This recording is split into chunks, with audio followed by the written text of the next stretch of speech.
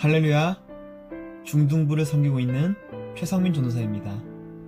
오늘은 사순절의 마지막이며 고난주간 6째 날입니다. 예수님께서 십자가의 고난을 겪으시고 돌아가시고 하루 종일 무덤에서 머무신 안식의 날입니다. 먼저 본문 말씀 마태복음 27장 57절에서 66절을 함께 읽어보겠습니다. 저물었을 때 아리마대의 부자 요셉이라는 사람이 왔으니 그도 예수의 제자라. 빌라도에게 가서 예수의 시체를 달라 하니 이에 빌라도가 내주라 명령하거늘 요셉이 시체를 가져다가 깨끗한 세마포로 싸서 바위 속에 판 자기 새 무덤에 넣어두고 큰 돌을 굴려 무덤문에 놓고 가니 거기 막달라 마리아와 다른 마리아가 무덤을 향하여 앉았더라. 그 이튿날은 준비일 다음 날이라. 대제사장들과 바리새인들이 함께 빌라도에게 모여 이르되 주여 저 속이던 자가 살아있을 때 말하되 내가 사흘 후에 다시 살아나리라 한 것을 우리가 기억하노니 그러므로 명령하여 그 무덤을 사흘까지 굳게 지키게 하소서.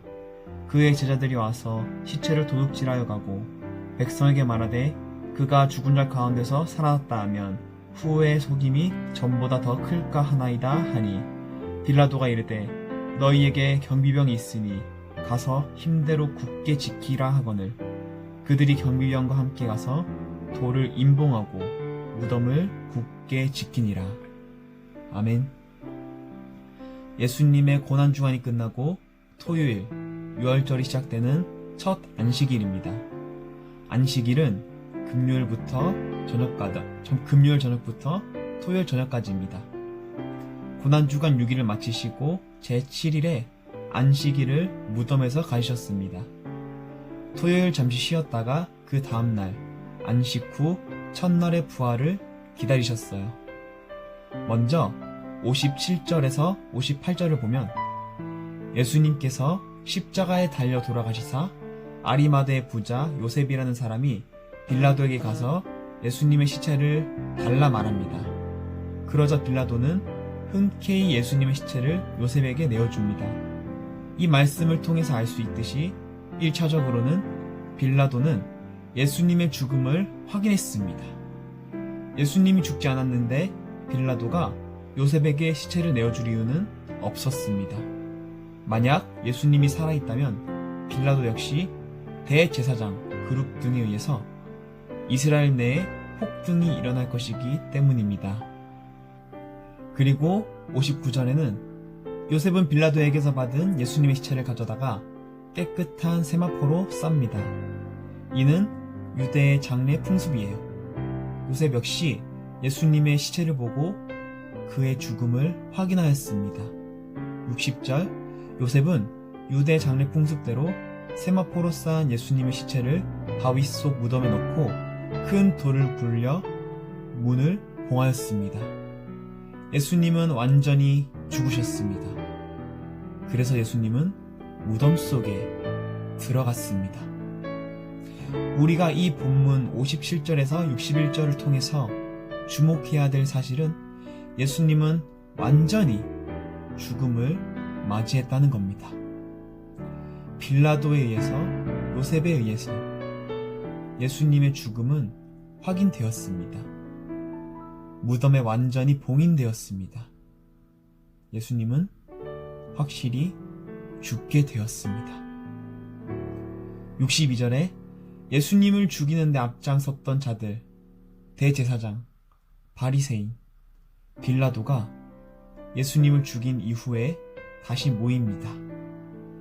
63절에서 64절 이들은 예수님이 살아생전 자신이 죽은 이후에 사흘 만에 다시 살아나리라는 말을 기억했습니다. 이것이 거짓이라는 것을 밝혀내기 위해서 그가 묻힌 무덤에 경비병을 세우도록 명령합니다. 그리고 56절에 빌라도는 이 일을 조속히 실행하여 예수님의 무덤 앞에 경비병을 세워두게 됩니다. 예수님이 다시 살아나지 못할 것이라 그는 거짓말하였다는 것을 온 세상으로 알리기 위해서입니다. 예수님은 완전히 돌아가셨습니다.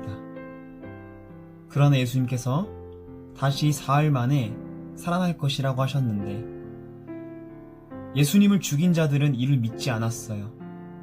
그의 말이 거짓이라는 것을 증명하기 위해서 경비병을 세워두었습니다.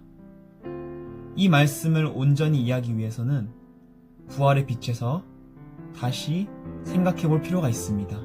즉, 예수님께서 부활하셨다는 것을 알고 이 본문을 이해해야 합니다. 그렇다면 우리는 이쯤에서 두 가지 사실을 유추해 볼 수 있습니다. 하나는 예수님은 죽었지만 부활했다는 것입니다.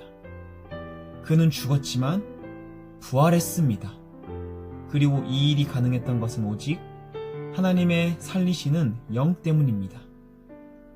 예수님께서 돌아가셨다는 것은 명백한 사실이에요. 빌라도가 보증했습니다.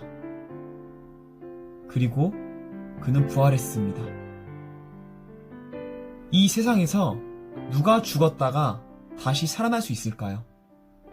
이것은 하나님의 능력 외에는 그 어떤 무엇으로도 설명되어질 수 없습니다. 예수님의 죽음이 역사적인 것임을 말함으로써 부활은 하나님의 능력이 나타난 사건으로 이해할 수 있다는 것입니다. 하나님의 능력은 실제적으로 부활의 능력이 될 수 있습니다.